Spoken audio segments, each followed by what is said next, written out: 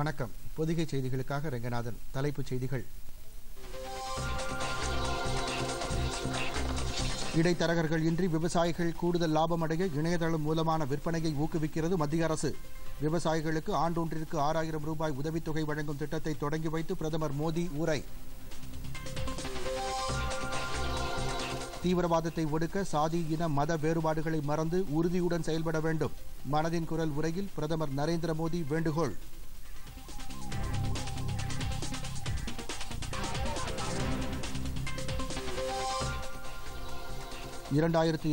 ஆண்டிற்குள் விவசாயிகளின் வருமானத்தை இரட்டிப்பாக்குவதே மத்திய அரசின் நோக்கம். தமிழகத்தில் விவசாயிகளுக்கு 6000 ரூபாய் உதவித்தொகை வழங்கும் திட்டத்தை தொடங்கி வைத்து மத்திய அமைச்சர் பியூஷ் கோயல் பேச்சு.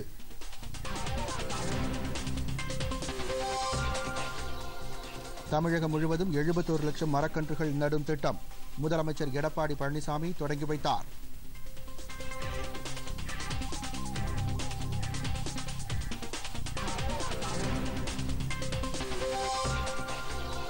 எழுபது பொருட்களுக்கான GST வரி விதிப்பை குறைக்கவும் வரி விலக்கு பெறவும் தமிழக அரசு சார்பில் வலியுறுத்தப்படும். தமிழக அமைச்சர் ஜெயக்குமார்.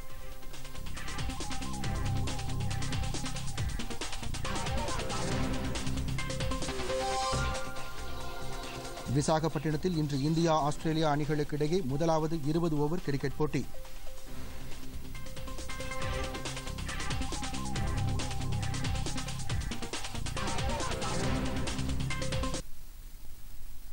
இனி விரிவான செய்திகள். விவசாய உற்பத்தி பொருட்களுக்கு நியாய விலை கிடைக்கவும் நவீன தொழில்நுட்பம் மூலம் அதிக முதலீடுகளை விவசாயிகள் நேரடியாக பெற தமது அரசு தேவையான நடவடிக்கைகளை மேற்கொண்டுள்ளதாகவும் நாடு முழுவதும் உள்ள அனைத்து வியாபார சந்தை மையங்களை மின்னணு முறையில் இணைத்து இணையதளம் மூலம் விற்பனையை ஊக்குவிக்க தமது அரசு முனைப்புடன் செயல்பட்டு வருவதாகவும் இதன் மூலம் விவசாயிகளுக்கு கூடுதல் விலை கிடைக்கும் என்றும் இன்று உத்தரப்பிரதேச மாநிலம் கோரக்பூரில் மக்களிடையே பேசுகையில் பிரதமர் நரேந்திர மோடி தெரிவித்தார்.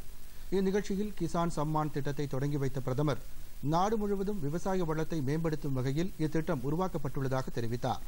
இதன் மூலம் 2 ஹெக்டேருக்கும் குறைவான நிலம் வைத்திருக்கும் விவசாயிகளுக்கு ஆண்டிற்கு 6000 ரூபாய் நிதி வழங்க வழிவகை செய்யப்பட்டுள்ளது.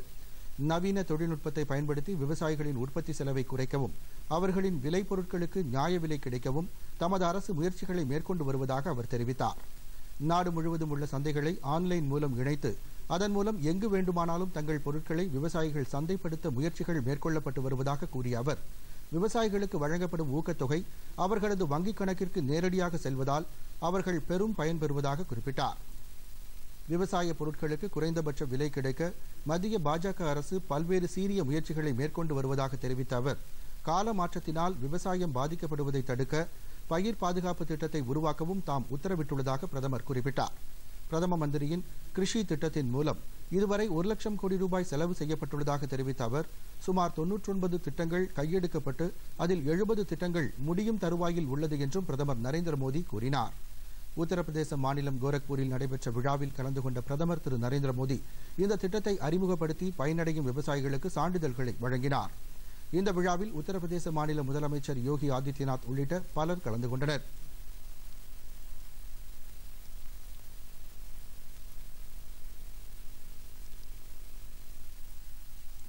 சாதி, இன, மத வேறுபாடுகளை மறந்து தீவிரவாதத்தை எதிர்கொள்ள உறுதியுடன் செயல்பட வேண்டும் என்று நாட்டு மக்களை பிரதமர் நரேந்திர மோடி கேட்டுக் கொண்டுள்ளார். மனதின் குரல் நிகழ்ச்சியின் மூலம் வானொலி மூலம் உரையாற்றிய பிரதமர் நரேந்திர மோடி புல்வாமா தாக்குதலில் பாதுகாப்பு படை வீரர்கள் உயிரிழந்ததை குறிப்பிட்டார். 125 கோடி இந்தியர்களை பாதுகாப்பதற்காக வீரர்கள் தியாகம் செய்துள்ளதாகவும் இது தீவிரவாதத்தை அடியோடு ஒழிக்க வேண்டும் என்ற நமது தீர்மானத்தை வலுப்படுத்தும் என்றும் கூறினார். தாமும் நாட்டு மக்களும் தீவிரவாதத்தின் வலியை உணர்ந்துள்ளதாக குறிப்பிட்ட பிரதமர் தாய்நாட்டிற்காக உயிரை தியாகம் செய்த வீரர்களுக்கு வணக்கம் செலுத்துவதாக குறிப்பிட்டார். நமது படைகள் எப்போதுமே துணிச்சலுடனும் வீரத்துடனும் செயல்பட்டு வருவதாக கூறிய அவர் புல்வாமா தீவிரவாத தாக்குதல் நடத்தப்பட்ட 100 மணி நேரத்திற்குள் தகுந்த பதிலடி கொடுக்கப்பட்டதையும் சுட்டிக்காட்டினார். பயங்கரவாதிகளுக்கு அவர்களுக்கு புரியும் மொழியிலேயே நமது ராணுவம் பதிலடி கொடுத்து வருவதாக அவர் தெரிவித்தார். வேறுபாடுகளை மறந்து பயங்கரவாதத்திற்கு எதிராக வலுவான நடவடிக்கைகளை உறுதியாக எடுக்க வேண்டும் என அவர் கேட்டுக் கொண்டார். வீரர்களின் குடும்பத்தினர் தேசப்பற்றுக்கு நிகழ்கால உதாரணம் எனவும் அவர்கள் எதிர்கால இந்தியாவிற்கு முன்மாதிரியாக உள்ளதாகவும் தெரிவித்தார்.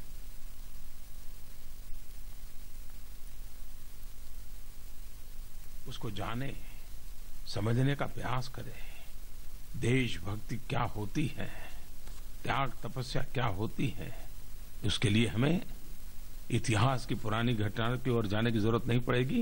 हमारी आंखों के सामने ये जीते जागते उदाहरण है और यही उज्जवल भारत के भविष्य के लिए प्रेरणा का कारण है। இந்தியாவில் தேசிய போர் நினைவகம் இல்லாமல் இருந்தது எனக்கு ஆச்சரியத்தையும் வேதனையையும் ஏற்படுத்தியதாகவும் தற்போது அது அமைக்கப்பட்டு நாளை அதை தாம் முப்படைகளுக்கு அர்ப்பணிக்க உள்ளதாகவும் அவர் குறிப்பிட்டார். பகவான் பிர்சா முண்டா தேசத்திற்காக செய்த தியாகங்களையும் ஜம்ஷெட்ஜி டாடா தொழில்முறை முன்னேற்றத்திற்காக ஆற்றிய பணிகளையும் பிரதமர் தமது உரையில் குறிப்பிட்டார். ஜனநாயகத்தை நிலைநாட்ட முன்னாள் பிரதமர் மொரார்ஜி தேசாய் ஆற்றிய பணிகளையும் பிரதமர் தமது உரையில் சுட்டிக்காட்டினார். முதல் முறையாக 12 விவசாயிகள் பத்ம விருது பெற்றுள்ளதாகவும் பிரதமர் குறிப்பிட்டார். ஆயுஷ்மான் பாரத் திட்டம் ஏராளமானோருக்கு பலன் அளித்திருப்பதாக கூறிய அவர் இந்த திட்டம் தொடங்கப்பட்ட 5 மாதத்தில் இதுவரை 12 லட்சம் பேர் பயனடைந்துள்ளதாக தெரிவித்தார். அடுத்த சில வாரங்களில் 10 மற்றும் 12ஆம் வகுப்பு பொதுத் தேர்வுகள் எழுதவுள்ள மாணவ மாணவிகளுக்கு வாழ்த்துக்களையும் பிரதமர் தெரிவித்தார்.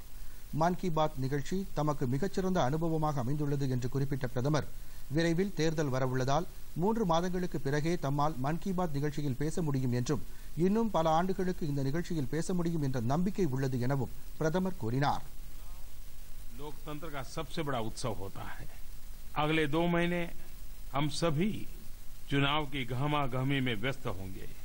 मैं स्वयं भी इस चुनाव में एक प्रत्याशी रहूंगा।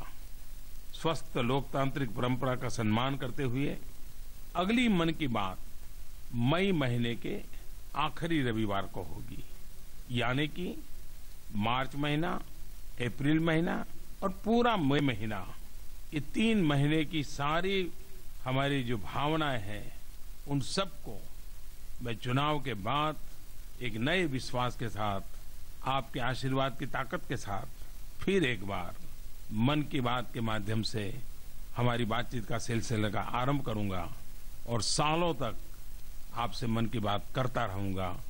फिर एक बार आप सबका हृदय से बहुत बहुत धन्यवाद करता हूं। தேச பாதுகாப்பிற்காக உயிர் தியாகம் செய்த ராணுவ வீரர்களை கௌரவிக்கும் வகையில் தில்லியில் நாளை தேசிய போர் நினைவு சின்னத்தை பிரதமர் நரேந்திர மோடி தொடங்கி வைக்க உள்ளார். நாடு சுதந்திரம் அடைந்த நாள் முதல் இன்று வரை நாட்டின் பாதுகாப்பிற்காக உயிரிழந்த ராணுவ வீரர்களை நினைவுபடுத்தும் வகையில் தலைநகர் தில்லியில் உள்ள ராஜபாதையில் தேசிய போர் நினைவு சின்னம் உருவாக்கப்பட்டுள்ளது. தேச பாதுகாப்பிற்காக தங்கள் இன்னுயிரை ஈந்த ஆயிரக்கணக்கான வீரர்களை கௌரவப்படுத்த இந்த முயற்சி மேற்கொள்ளப்பட்டு அதற்கான விழா நாளை நடைபெறவுள்ளது. இதில் கலந்து கொள்ள உள்ள பிரதமர் நரேந்திர மோடி இந்த நினைவு சின்னத்தை நாட்டிற்கு அர்ப்பணிக்கிறார். சுமார் 176 கோடி ரூபாய் செலவில் கட்டப்பட்டுள்ள இந்த நினைவு சின்னத்தின் சுவர்களில் இதுவரை பரம்வீர் சக்ரா, அமர் சக்ரா, தியாக சக்ரா, வீர சக்ரா, சுரக்ஷா சக்ரா விருது பெற்ற வீரர்களின் பெயர்களும் உயிரிழந்த ராணுவ வீரர்களின் பெயர்களும் இடம்பெற்றுள்ளதாக தெரிகிறது.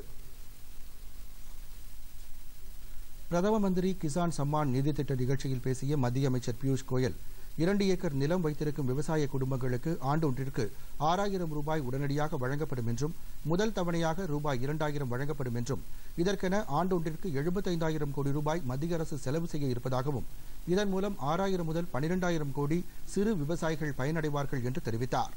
இந்த திட்டம் வங்கிகளில் விவசாயத்திற்காக பயிர்க்கடன் வாங்கியுள்ள விவசாயிகளுக்கும் பொருந்தும் என்றும் இந்த திட்டத்தின் கீழ் வழங்கப்படும் பணத்தில் விவசாய கடன் தொகை பிடித்தம் செய்யப்பட மாட்டாது என்றும் அப்போது அமைச்சர் பியூஷ் கோயல் குறிப்பிட்டார். வரும் 2022ஆம் ஆண்டிற்குள் நாட்டில் உள்ள விவசாயிகளின் வருமானத்தை இரட்டிப்பாக்குவதே மத்திய அரசின் நோக்கம் என்றும் அவர் தெரிவித்தார்.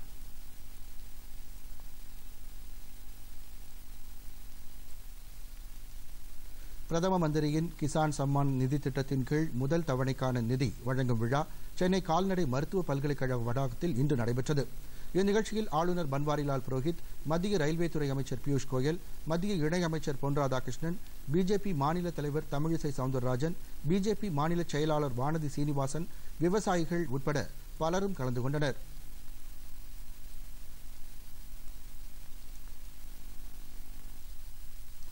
உத்தரப்பிரதேசம் சென்றுள்ள பிரதமர் நரேந்திர மோடி கும்பமேளாவில் பங்கேற்க திரிவேணி சென்று புனித நீராட உள்ளார். பின்னர் அங்கு நடைபெறும் நிகழ்ச்சிகளை பார்வையிட்ட பின் மத்திய குடிநீர் மற்றும் துப்புரவுத்துறை அமைச்சகத்தால் ஏற்பாடு செய்யப்பட்டுள்ள தூய்மை கும்பமேளா தூய்மைக்கு நன்றி என்ற நிகழ்ச்சியில் பங்கேற்று உரையாற்ற உள்ளார். பின்னர் கும்பமேளா பணியில் ஈடுபட்டுள்ள துப்புரவு தொழிலாளர்கள் மற்றும் காவல்துறையினருடன் உரையாடி அவர்களுக்கான விருதுகளை பிரதமர் வழங்குகிறார். பின்னர் அங்கு கூடியிருக்கும் மக்களிடையேயும் பிரதமர் உரையாற்ற இருக்கிறார். தற்போது நடைபெற்று வரும் கும்பமேளாவில் தூய்மை இந்தியா திட்டத்தின் முன்முயற்சியாக சுத்தம் மற்றும் சுகாதாரத்திற்கு முன்னுரிமை அளிக்கப்பட்டு முழு கவனம் செலுத்தப்பட்டு வருகிறது.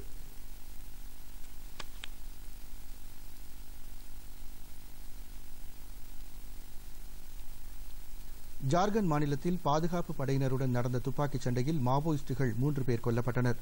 ஜார்க்கண்ட் மாநிலத்தில் மாவோயிஸ்டுகளை கட்டுப்படுத்தும் பணியில் மத்திய ரிசர்வ் காவல் படையின் கோப்ரா படைப்பிரிவினர் ஈடுபட்டு வந்தனர். அப்போது அங்குள்ள துமர்தோலி பகுதியில் மாவோயிஸ்டுகள் சிலர் பதுங்கியிருப்பதாக கிடைத்த தகவலை அடுத்து அங்கு விரைந்த பாதுகாப்பு படையினருக்கும் தீவிரவாதிகளுக்கும் இடையே கடும் துப்பாக்கிச் சண்டை நடைபெற்றது. இதில் அங்கு பதுங்கியிருந்த மாவோயிஸ்டுகள் 3 பேர் கொல்லப்பட்டனர். மேலும் அந்த பகுதியிலிருந்து 2 AK-47 ரக துப்பாக்கிகளும் 3 கை துப்பாக்கிகளும் பறிமுதல் செய்யப்பட்டன. காஷ்மீர் மாநிலத்தில் பயங்கரவாதத்தை முடிவுக்கு கொண்டு வந்து அமைதியை ஏற்படுத்துவதே அந்த மாநிலத்தில் உள்ள பெரும்பாலான மக்களின் விருப்பம் என்று மத்திய அமைச்சர் ஜிதேந்திர சிங் கூறியிருக்கிறார். ஜம்முவில் செய்தியாளர்களிடம் பேசிய அவர், இந்தியர்களாக பெருமை கொள்ளும் ஒவ்வொருவரும் காஷ்மீர் மக்களின் நண்பர்களாக கருதுவோரும் மத்திய அரசு அந்த மாநிலத்தில் அமைதியை நிலைநாட்ட மேற்கொண்டு வரும் நடவடிக்கைகளுக்கு ஆதரவு அளிப்பார்கள் என்று கூறினார். கடந்த 2014ஆம் ஆண்டு பிரதமராக மோடி பதவியேற்ற பின்னர் பயங்கரவாதத்தை ஒருபோதும் ஏற்றுக்கொள்ள மாட்டோம் என்ற கொள்கையுடன் உறுதிபட செயல்பட்டு வருவதாகவும் புல்வாமா தாக்குதல் போன்ற கொடுஞ்செயலை வேரறுக்க தேவையான பாதுகாப்பு நடவடிக்கைகளை மேற்கொள்ள பிரதமர் தீவிர நடவடிக்கை மேற்கொண்டு வருவதாகவும் அவர் கூறினார்.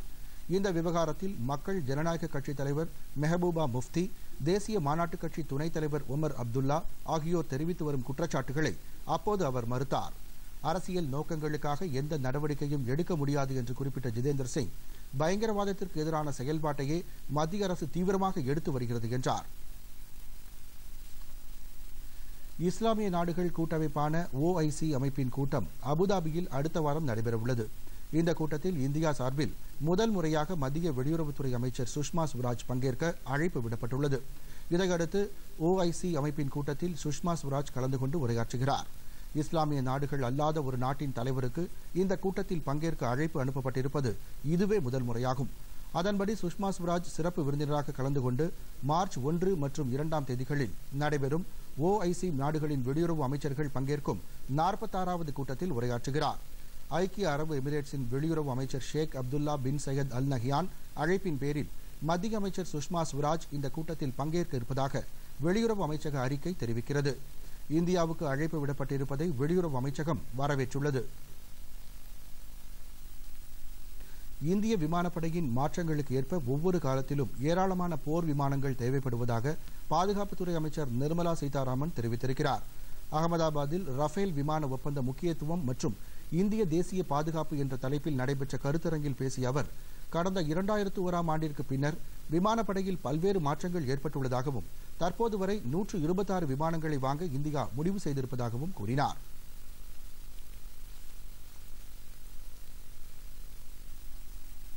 அசாம் மாநிலத்தில் விஷச்சாராயம் அருந்தி உயிரிழந்தோர் எண்ணிக்கை 102ஆக அதிகரித்துள்ளது.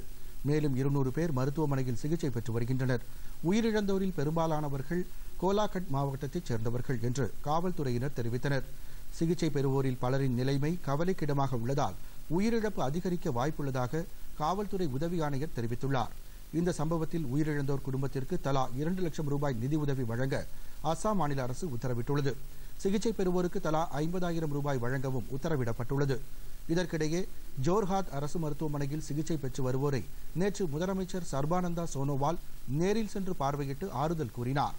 சிகிச்சைக்கு ஏதுவாக கூடுதல் மருத்துவ குழுவினர் பணியில் ஈடுபடுத்தப்பட்டுள்ளனர். இந்த சம்பவம் தொடர்பாக 12 பேரை காவல்துறையினர் கைது செய்துள்ளனர். PSLV C-45 ராக்கெட் அடுத்த மாதம் 21ஆம் தேதி விண்ணில் செலுத்தப்படும் என்று இஸ்ரோ தலைவர் சிவன் தெரிவித்துள்ளார். சென்னை விமான நிலையத்தில் செய்தியாளர்களிடம் பேசிய அவர், இந்த செயற்கைக்கோளுடன் 29 வெளிநாட்டு செயற்கைக்கோள்களும் அனுப்பப்பட உள்ளதாக கூறினார். முதன்முறையாக 3 வித விண்வட்ட சுற்றுப்பாதையில் செயற்கைக்கோள்கள் செலுத்தப்பட உள்ளன. இது ஒரு வித்தியாசமான முயற்சி என்றும் வெளிநாட்டு செயற்கைக்கோள்களை செலுத்துவதன் மூலம் இஸ்ரோவுக்கு வருவாய் கிடைக்கும் என்றும் அவர் குறிப்பிட்டார். சந்திராயன் 2 செயற்கைக்கோள் பற்றி கேட்டபோது வரும் ஏப்ரல் மாத இறுதியில் அது செலுத்தப்படும் என்று பதிலளித்தார். இஸ்ரோ மையத்தில் கோடை விடுமுறை நாளில் மாணவர்களை அழைத்துச் சென்று பயிற்சி அளிக்க இருப்பதாகவும் இதன் மூலம் மாணவர்களுக்கு விஞ்ஞானத்தில் ஆர்வம் ஏற்படும் என்றும் சிவன் தெரிவித்தார். மறைந்த முன்னாள் முதலமைச்சர் ஜெயலலிதாவின் 71வது பிறந்த நாளை முன்னிட்டு தமிழகம் முழுவதும் 71 லட்சம் மரக்கன்றுகள் நடும் திட்டத்தை முதலமைச்சர் எடப்பாடி பழனிசாமி சென்னையில் இன்று தொடங்கி வைத்தார். மறைந்த முன்னாள் முதலமைச்சர் ஜெயலலிதாவின் 71வது பிறந்த தினம் இன்று அஇஅதிமுக தொண்டர்களால் தமிழகம் முழுக்க கொண்டாடப்பட்டு வருகிறது. அதன் ஒரு பகுதியாக சென்னை ராயப்பேட்டையில் உள்ள அதிமுக தலைமை அலுவலகத்தில் நிறுவப்பட்டுள்ள ஜெயலலிதாவின் சிலைக்கு முதலமைச்சர் எடப்பாடி பழனிசாமி, துணை முதலமைச்சர் ஓ பன்னீர்செல்வம் உள்ளிட்டோர் மாலை அணிவித்து மரியாதை செலுத்தினர்.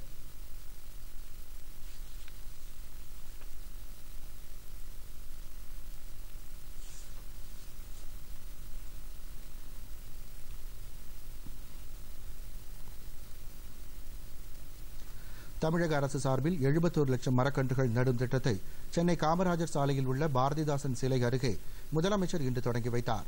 இந்த நிகழ்ச்சியில் துணை முதலமைச்சர் ஓ பன்னீர்செல்வம், வனத்துறை அமைச்சர் திண்டுக்கல் சீனிவாசன், சிறப்பு திட்டங்கள் செயலாக்கத்துறை அமைச்சர் வேலுமணி, தலைமைச் செயலாளர் கிரிஜா வைத்தியநாதன் உள்ளிட்டோர் கலந்து கொண்டனர். 191 கோடியே 85 லட்சம் ரூபாய் செலவில் இந்த திட்டம் செயல்படுத்தப்படும் என்றும் இந்த மாதம் தொடங்கி டிசம்பர் மாதத்திற்குள் இதற்கான பணிகள் முடிக்கப்படும் எனவும் அரசின் செய்திக்குறிப்பில் தெரிவிக்கப்பட்டுள்ளது.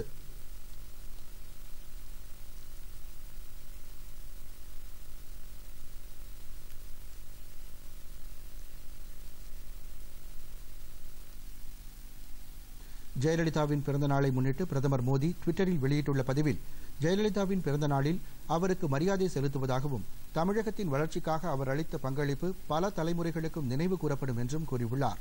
சிறந்த நிர்வாகியும் கருணை உள்ளமும் கொண்ட அவரின் நலத்திட்டங்களால் ஏராளமான ஏழை மக்கள் பயனடைந்துள்ளனர் எனவும் பிரதமர் குறிப்பிட்டுள்ளார்.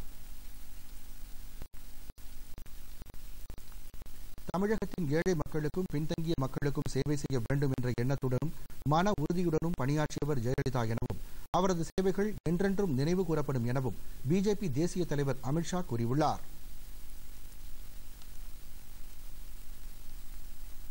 அடுத்த சில முக்கிய செய்திகளை விரைவு செய்திகளாக பார்ப்போம். 70 பொருட்களுக்கான வரி விதிப்பை குறைக்கவும் வரிவிலக்கு பெறவும் தமிழக அரசு சார்பில் வலியுறுத்தப் போவதாக தமிழக மீன்வளத்துறை அமைச்சர் டி ஜெயக்குமார் ஜிஎஸ்டி கவுன்சில் கூட்டத்தில் பங்கேற்க புதுதில்லி செல்லும் முன் சென்னை விமான நிலையத்தில் தெரிவித்தார்.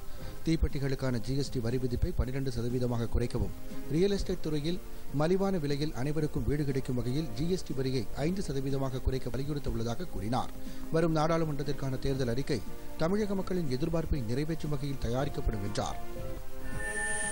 பேரறிவாளன் உள்ளிட்ட 7 தமிழர்களையும் விடுதலை செய்ய தமிழக அரசுக்கு அதிகாரம் உண்டு. அவர்களை விடுதலை செய்வது குறித்து இந்திய அரசியலமைப்பு சட்டத்தில் 161வது பிரிவின்படி ஆளுநர் முடிவெடுக்க அதிகாரம் உள்ளது என்று உச்சநீதிமன்றம் கடந்த ஆண்டு செப்டம்பர் மாதம் 6ஆம் தேதி தீர்ப்பளித்தும் இதுவரை தமிழக ஆளுநர் இவர்களை விடுதலை செய்ய தாமதிப்பது கண்டனத்திற்குரியது என்று பாமக தலைவர் ராமதாஸ் இன்று வெளியிட்டுள்ள அறிக்கையில் தெரிவித்துள்ளார். மேலும் இவர்களின் விடுதலை குறித்த கோரிக்கையை வலியுறுத்தி அடுத்த மாதம் 9ஆம் தேதி தமிழகத்தின் முக்கிய நகரங்கள் மற்றும் புதுச்சேரியில் நடைபெறவுள்ள மனித சங்கிலிக்கு பாமக ஆதரவு தெரிவிக்கும் என்று குறிப்பிட்டுள்ளார். அப்படி ஒரு போராட்டத்திற்கு தேவையில்லை எனும் வகையில் போராட்டத்திற்கு முன்பாகவே அவர்களை விடுதலை செய்வதற்கான ஆணையில் ஆளுநர் கையெழுத்திட வேண்டும் என்றும் கேட்டுக் கொண்டுள்ளார். தமிழகத்திற்கு வரும் பிரதமர் நரேந்திர மோடி பல்வேறு திட்டங்களை தொடங்கி வைக்க உள்ளதாக மத்திய இணையமைச்சர் பொன் ராதாகிருஷ்ணன் தெரிவித்துள்ளார். சென்னை விமான நிலையத்தில் செய்தியாளர்களிடம் பேசிய அவர், தமிழகத்திற்கு 2 முறை வந்த பிரதமர் நரேந்திர மோடி பல்வேறு அரசு திட்டங்களை தொடங்கி வைத்திருப்பதாக கூறினார். இதேபோல் மார்ச் 1ஆம் தேதி கன்னியாகுமரிக்கு வரும் பிரதமர் சாலை, ரயில் மற்றும் கப்பல் போக்குவரத்து திட்டங்களை தொடங்கி வைக்க உள்ளதாக பொன் ராதாகிருஷ்ணன் கூறினார். மறைந்த முதலமைச்சர் ஜெயலலிதாவின் 71வது பிறந்த நாளை ஒட்டி தமிழகம் முழுவதும் 71 லட்சம் மரக்கன்றுகள் நடும் திட்டத்தை முதலமைச்சர் எடப்பாடி பழனிசாமி இன்று தொடங்கி வைக்கிறார். ஜெயலலிதாவின் பிறந்த நாளை ஒட்டி ஆண்டுதோறும் மரக்கன்று நடும் திட்டம் செயல்படுத்தப்பட்டு வருகிறது. இந்நிலையில் ஜெயலலிதாவின் 71வது பிறந்தநாள் விழா இன்று கொண்டாடப்படுகிறது. இதையொட்டி தமிழகம் முழுவதும் 71 லட்சம் மரக்கன்றுகள் நடும் திட்டத்தை சென்னை மெரினா கடற்கரையில் இன்று நடைபெறும் விழாவில் முதலமைச்சர் எடப்பாடி பழனிசாமி தொடங்கி வைக்கிறார். பிஜேபி தலைவர் அமித்ஷா இன்று ஜம்மு காஷ்மீர் மாநிலத்திற்கு பயணம் மேற்கொள்கிறார். புல்வாமாவில் தீவிரவாதிகள் நடத்திய தாக்குதலில் மத்திய ரிசர்வ் போலீஸ் படை வீரர்கள் உயிரிழந்தனர். இந்நிலையில் ஜம்முவுக்கு இன்று செல்லும் அமித்ஷா புல்வாமா தாக்குதலில் உயிரிழந்த வீரர்களுக்கு மரியாதை செலுத்துகிறார். மேலும் பிஜேபி சார்பில் ஏற்பாடு செய்யப்பட்டுள்ள கூட்டத்தில் கலந்து கொண்டு உரையாற்றுகிறார். முன்னாள் ராணுவ வீரர்களுக்கான சுகாதார திட்டத்தில் முறைகேடுகள் நடைபெறுவதாக எழுந்துள்ள புகார்கள் குறித்து மத்திய அரசு விசாரணை நடத்தி வருவதாக பாதுகாப்புத்துறை அமைச்சர் நிர்மலா சீதாராமன் தெரிவித்துள்ளார். அகமதாபாத்தில் முன்னாள் ராணுவ வீரர்களுடன் கலந்துரையாடிய அவர், முன்னாள் ராணுவ வீரர்களின் பங்களிப்புடன் கூடிய சுகாதார திட்டத்தின் கீழ் சிகிச்சை அளிக்கும் மருத்துவமனைகளில் ஆய்வு நடத்தப்பட்டதாக கூறினார். இதில் பல்வேறு மருத்துவமனைகள் அதிக அளவில் கட்டணம் வசூலிப்பது தெரியவந்துள்ளதாகவும் 1446 அரசு மருத்துவமனைகளுக்கு கட்டணம் செலுத்துவது தற்போது நிறுத்தி வைக்கப்பட்டுள்ளதாகவும் நிர்மலா சீதாராமன் தெரிவித்தார். மக்களவைத் தேர்தலை ஒட்டி மதுபானங்கள் கடத்தப்படுவதை தடுத்தல் உள்ளிட்ட நடவடிக்கைகளை மேற்கொள்ள தென்மாநில ஒருங்கிணைப்பு குழு கூட்டத்தில் முடிவு செய்யப்பட்டது. தமிழகம், கர்நாடகம், கேரளா, புதுச்சேரி மாநில காவல்துறை உயர் அதிகாரிகள், மதுவிலக்கு மற்றும் ஆயத்தீர்வைத்துறை அதிகாரிகள் கலந்து கொண்ட கூட்டம் உதகையில் நடைபெற்றது. இதில் தமிழக டிஜிபி ராஜேந்திரன் உள்ளிட்ட அதிகாரிகள் கலந்து கொண்டனர். அப்போது மதுபானங்கள் கடத்தலை தடுப்பது, ஜாமீனில் வெளிவர முடியாத பிடிவாரண்டுகள் மீது நடவடிக்கை எடுப்பது, சட்டவிரோதமாக ஆயுதங்களை எடுத்துச் செல்வதை கண்காணிப்பது ஆகியவற்றுக்காக கண்காணிப்பு மற்றும் ரோந்து பணிகளை தீவிரப்படுத்த முடிவு செய்யப்பட்டது. உத்தரப்பிரதேச மாநிலம் பாதோகியில் கடை ஒன்றில் ஏற்பட்ட வெடி விபத்தில் 13 பேர் உயிரிழந்ததாகவும் 6 பேர் படுகாயமடைந்துள்ளதாகவும் மீட்புப் படை அதிகாரிகள் தெரிவித்துள்ளனர். இந்த விபத்தில் மேலும் சிலர் இடிபாடுகளில் சிக்கியிருக்கக்கூடும் என்றும் அவர்களை மீட்கும் பணியில் மீட்புப் படையினர் தொடர்ந்து ஈடுபட்டு வருவதாகவும் தகவல்கள் தெரிவிக்கின்றன. ரோஹ்தா பஜாரைச் சேர்ந்த ஒருவர் நடத்தி வரும் இந்த கடையின் பின்புறம் அமைந்துள்ள கார்ப்பரேட் தொழிற்சாலையில் பணிபுரிந்து வந்த ஊழியர்கள் இந்த விபத்தில் உயிரிழந்துள்ளதாக மாவட்ட நீதிமன்ற நீதிபதி ராஜேந்திர பிரசாத் கூறியுள்ளார். ஜம்மு காஷ்மீர் மாநிலத்திற்கு சிறப்பு அந்தஸ்து வழங்குவது தொடர்பான வழக்கு உச்சநீதிமன்றத்தில் நாளை விசாரணைக்கு வரும் என்று எதிர்பார்க்கப்படுவதால் காஷ்மீர் மாநிலத்தில் பதற்றம் நிலவி வருகிறது. முன்னெச்சரிக்கை நடவடிக்கையாக பிரிவினைவாத தலைவர்கள் 150க்கும் மேற்பட்டோர் கைது செய்யப்பட்டுள்ளனர். இதில் ஜமாத்-இ-இஸ்லாமி அமைப்பின் தலைவர் அப்துல் ஹமீத் பயாசும் கைது செய்யப்பட்டார். பிரிவினைவாத அமைப்புகள் இன்று முழு அடைப்பிற்கு அழைப்பு விடுத்துள்ளன. இதனால் பொதுமக்கள் தங்களுக்கு வேண்டிய அத்தியாவசிய பொருட்களை வாங்கி வைத்துக் கொள்வதில் ஆர்வம் காட்டி வருகின்றனர். ஹிமாச்சல பிரதேச மாநிலத்தில் பனிச்சரிவில் சிக்கிய ராணுவ வீரர்கள் 5 பேரை இன்னும் மீட்க முடியாமல் மீட்புப் படையினர் போராடி வருகின்றனர். இந்தியா சீனா எல்லையில் அமைந்துள்ள சிப்கிலா பகுதியில் கடந்த புதன்கிழமை ஏற்பட்ட பனிச்சரிவில் பாதுகாப்பு படை வீரர்கள் 6 பேர் சிக்கிக் கொண்டனர். இதில் ஒருவரின் சடலம் மீட்கப்பட்டது. மீதமுள்ள 5 பேரை தேடும் பணி 3 நாட்களாக நடைபெற்ற போதும் அவர்களை கண்டுபிடிக்க முடியவில்லை. அடுத்து வருவது உலகச் செய்திகள்.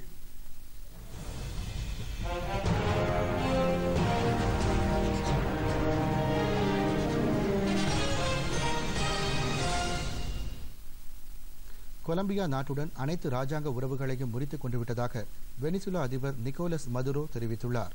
வெனிசுலாவில் சர்வாதிகார ஆட்சியை எதிர்த்து எதிர்க்கட்சிகள் போராடி வருகின்றன. இந்நிலையில் சர்வதேச மனித உரிமை அமைப்பு வழங்கிய நிதியை மக்கள் நல்வாழ்வுக்கு என்று எதிர்க்கட்சிகள் பயன்படுத்துவதாகவும் அதற்கு கொலம்பியா உதவி செய்ததாகவும் வெனிசுலா அதிபர் குற்றம் சாட்டியுள்ளார். இதுகுறித்து பேசிய அவர், இந்த விவகாரத்தில் தமது பொறுமை எல்லை கடந்ததாகவும் வெனிசுலாவுக்குள் தாக்குதல் நடத்துவதற்கு கொலம்பிய எல்லைப் பகுதிகள் உதவி புரிவதற்கு எதிர்ப்பு தெரிவித்து இந்த முடிவை தாம் எடுத்துள்ளதாக தெரிவித்தார். கொலம்பியாவுடன் அனைத்து அரசியல் மற்றும் ராஜாங்க உறவை முறித்துக் கொள்ள வெனிசுலா அதிபர், கொலம்பியா நாட்டின் தூதரக அதிகாரிகள் அனைவரும் அடுத்த 24 மணி நேரத்திற்குள் வெனிசுலாவிலிருந்து வெளியேற வேண்டும் என்று உத்தரவு பிறப்பித்துள்ளார். ஆப்கானிஸ்தானின் 17 வருட போராட்டத்தை முடிவுக்கு கொண்டுவரும் வகையில் அமெரிக்கா மற்றும் தாலிபான் இடையே நாளை நடைபெறவுள்ள பேச்சுவார்த்தை பெரும் எதிர்பார்ப்பை ஏற்படுத்தியுள்ளது. ஆப்கானிஸ்தானில் தாலிபான் தீவிரவாத அமைப்பைச் சேர்ந்தவர்கள் பல ஆண்டுகளாக போராட்டங்களை நடத்தி வருகின்றனர். ஐநா மற்றும் அமெரிக்க கூட்டுப்படையின் உதவியோடு ஆட்சியில் இருந்த தாலிபான்கள் நீக்கப்பட்டு அங்கு மக்களால் தேர்ந்தெடுக்கப்பட்ட அரசு ஆட்சி புரிந்து வருகிறது. எனினும் தீவிரவாத தாக்குதல்களை தாலிபான் தொடர்ந்து மேற்கொள்ளும் என்ற அச்சம் உள்ள நிலையில் இந்த போராட்டத்தை முடிவுக்கு கொண்டுவர அமெரிக்க தாலிபான் அமைப்புகளிடையே பேச்சுவார்த்தை நடத்த முடிவு எடுக்கப்பட்டு கடந்த மாதம் தோஹாவில் பல கட்டமாக பேச்சுவார்த்தை நடைபெற்றது. தாலிபான் அமைப்பிலிருந்து ஷேர் முகமது அப்பாஸ் தலைமையிலான குழுவுடன் அமெரிக்க குழு பேச்சுவார்த்தை நடத்த உள்ளது. கத்தாரில் நாளை நடைபெறும் இந்த பேச்சுவார்த்தையில் என்னென்ன அம்சங்கள் ஆலோசிக்கப்பட உள்ளது என்று இதுவரை எந்த தகவலும் வெளியாகவில்லை. அமெரிக்காவின் தலைமையில் நடந்து வரும் இந்த நெடுநாள் போரை முடிவுக்கு கொண்டுவர அமெரிக்க அதிபர் டொனால்டு ட்ரம்ப் தீவிர ஆர்வம் காட்டி வருகிறார். பாகிஸ்தான், கத்தார், சவுதி அரேபியா, ஐக்கிய அரபு நாடுகள் ஆகியவை இந்த பேச்சுவார்த்தையில் முக்கிய பங்கு வகிப்பதும் ரஷ்யா மற்றும் சீனா இந்த பேச்சுவார்த்தையை கவனத்துடன் கண்காணித்து வருகிறது. எனினும் இந்த பேச்சுவார்த்தை சுமூகமாக முடிவடைய வேண்டும் என்று எதிர்பார்ப்பும் அச்சமும் எழுந்துள்ளது குறிப்பிடத்தக்கது. இனி வருவது விளையாட்டுச் செய்திகள்.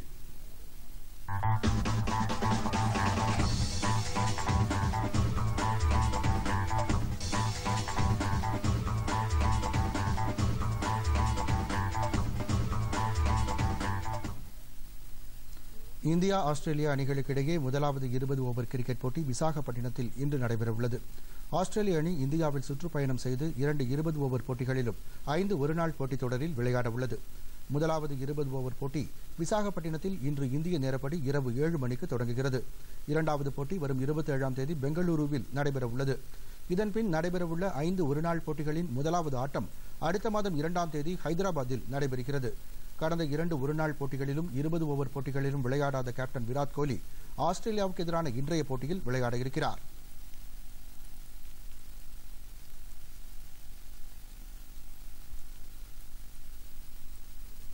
மீண்டும் தலைப்புச் செய்திகள்.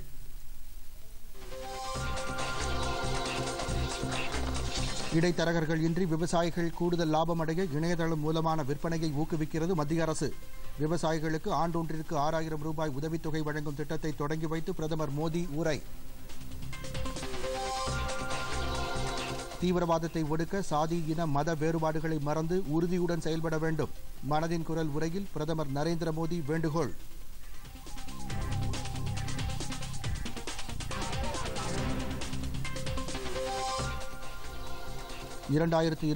ஆண்டிற்குள் விவசாயிகளின் வருமானத்தை இரட்டிப்பாக்குவதே மத்திய அரசின் நோக்கம். தமிழகத்தில் விவசாயிகளுக்கு 6000 ரூபாய் உதவித்தொகை வழங்கும் திட்டத்தை தொடங்கி வைத்து மத்திய அமைச்சர் பியூஷ் கோயல் பேச்சு.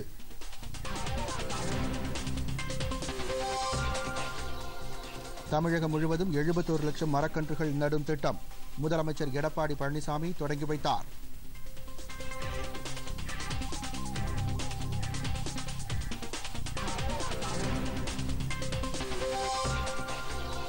எழுபது பொருட்களுக்கான GST வரி விதிப்பை குறைக்கவும் வரி விலக்கு பெறவும் தமிழக அரசு சார்பில் வலியுறுத்தப்படும்.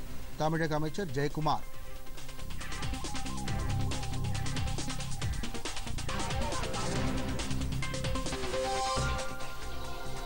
விசாகப்பட்டினத்தில் இன்று இந்தியா ஆஸ்திரேலியா அணிகளுக்கு இடையே முதலாவது 20 ஓவர் கிரிக்கெட் போட்டி.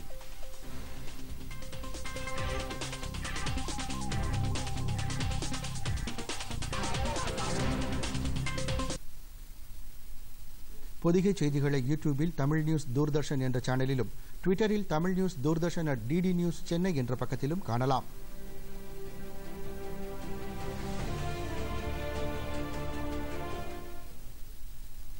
இத்துடன் இந்த செய்தி அறிக்கை நிறைவடைந்தது. மீண்டும் செய்திகள் மாலை 6 மணிக்கு. வணக்கம்.